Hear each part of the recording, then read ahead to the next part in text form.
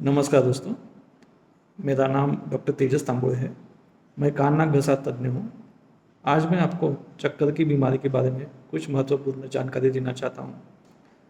जैसे बुखार एक लक्षण है, वैसे ही चक्कर भी एक लक्षण है। जैसे बुखार के अनेक कारण होते हैं, वैसे ही चक्कर के भी अनेक कारण होते हैं। जब तक इन कारणों का पता नहीं चलता, तब तक हम चक्कर का सटीक इलाज नहीं कर पाते। अक्सर चक्कर दो तरह की होती है। पहली तरह की जो चक्कर होती है, जिसमें मरीज को ऐसा लगता है या महसूस होता है कि वो खुद या उसका सर गोल गोल घूम रहा है, या उसके आजू बाजू की चीज़ें जो है पूरी तरह से गोल गोल घूम रही है। इस तरह की चक्कर का जो कारण होता है वो अक्सर कान के संबंधित होता है। वो कैसे?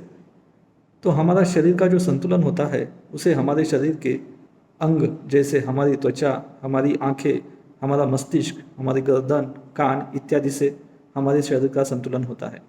तो इस प्रकार की चक्कर का कारण होता है, अगर हमारे कान के अंदर जो एक अंग रहता है जिसे हम लैब्रियंथ कहते हैं, उसमें कुछ समस्या होने की वजह से ये इस प्रकार की चक्कर आती है। अक्सर ऐसी चक्कर बहुत ज़ोर से आती है, कम समय तक रहती है और साथ में उसके साथ मछली या उल्टी भी हो सकती है। लैब्रियंथ की कुछ बीमारी है जिसमें पोजिशनल वर्टाइगो, लैब्रियंथाइटिस, मेनियस डिसीज या वेस्टिबुलर माइग्रेन, इस तरह की बीमारी लैब्रियंथ को हो सकती है। तो इन कारणों की वजह से इस प्रकार की चक्कर आती है। चक्कर का जो दूसरा प्रकार है, उसे हम सरल भाषा में झपकी भी बोल सकते हैं। इस चक्कर के प्रकार में अक्सर मरीज की आंखों के सामने अचानक से अंधेरी आ जाती है और अचानक संतुलन जाने की वजह से मरीज ज़मीन पर गिर सकता है। इस प्रकार की चक्कर के कारण अक्सर हमारा बीपी कम होने की वजह से या बीपी बढ़ने की वजह से, हमारे खून में शुगर की मात्रा कम होने की वजह से, या गर्दन की कुछ बीमारी होने की वजह से, मस्तिष्क की कुछ बीमारी होने की वजह से, या कभी कभी नींद कम होने की वजह से, ऐसे बहुत सारे